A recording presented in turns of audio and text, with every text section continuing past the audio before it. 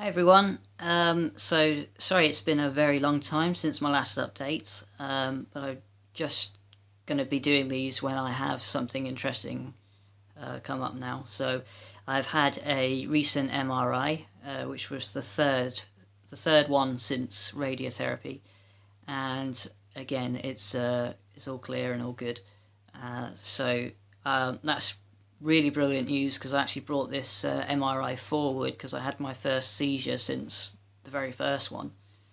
Um, it was only a minute long, but I still ended up in hospital because it was a grand mal. And yeah, so I was very kind of bricking it, getting the results just in case something was wrong. But yeah, it turned out fine. So that means a great deal to me, obviously, considering what I went through. Um, I just want to say that the documentary that I was in a couple of months ago in September time went really well, and I've met some amazing friends as a result of that experience. And I really want to say thank you to all those friends. And you guys are truly heroic what you do. And also the situation with the house move, it's just getting delayed. Me and Nikki reserved a house, and yeah, they just keep delaying it. So at the moment, I've just moved into Nikki's house at the moment with her parents because we're just near the storage. So when it's finally ready, we can be close to it and get it sorted a bit quicker. So the podcast as well, we finished that. We did about six episodes, me and Andrew Scarborough, and they were absolutely a brilliant experience, and hopefully we're going to do some more next year. But we just need to get a few things out the way first because we're both very busy in our own lives. He's still at university,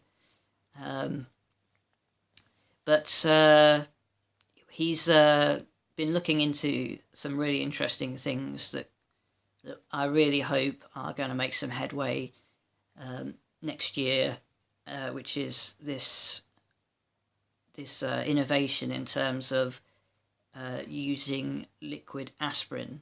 And this is liquid aspirin in the true form of a liquid, in that it's truly soluble.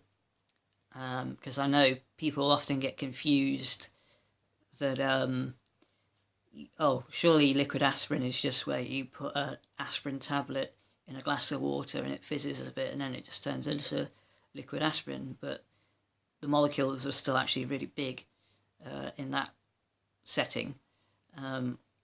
In this case, in terms of using it clinically to treat brain cancer, we're talking about making molecules that are small enough to pass through the blood-brain barrier with ease and to get to a treatment site and to kill the cancer cells without damaging any healthy cells, which is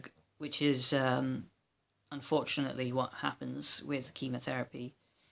But it just so happens that at the same time, I think a lot of chemotherapy, like temozolomide, which is used by as the standard of care for brain cancer, I'm skeptical whether temozolomide is actually able to get through the blood-brain barrier because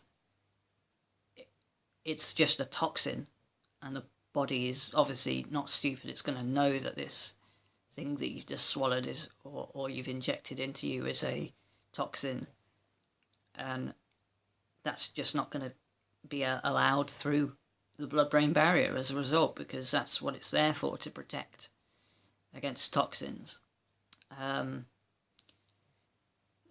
So I don't want to get too political here, but I think that's why I'm just really looking forward to this liquid aspirin innovation, and hopefully in the new year I can get some more funding for the labs in Portsmouth University, headed by Jeff Pilkington, so that we can get these into human trials, because that's what we desperately need now. We need some human data on this.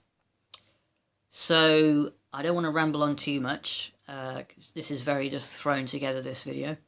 But I mean, I have so many people that I want to thank. Obviously I can't name drop every single one of them, but you know who you are. So I just want to wish you all a very happy Christmas, and have a brilliant new year, and I'll update you probably around my next scan, or when the next podcasts start. So see you, everyone.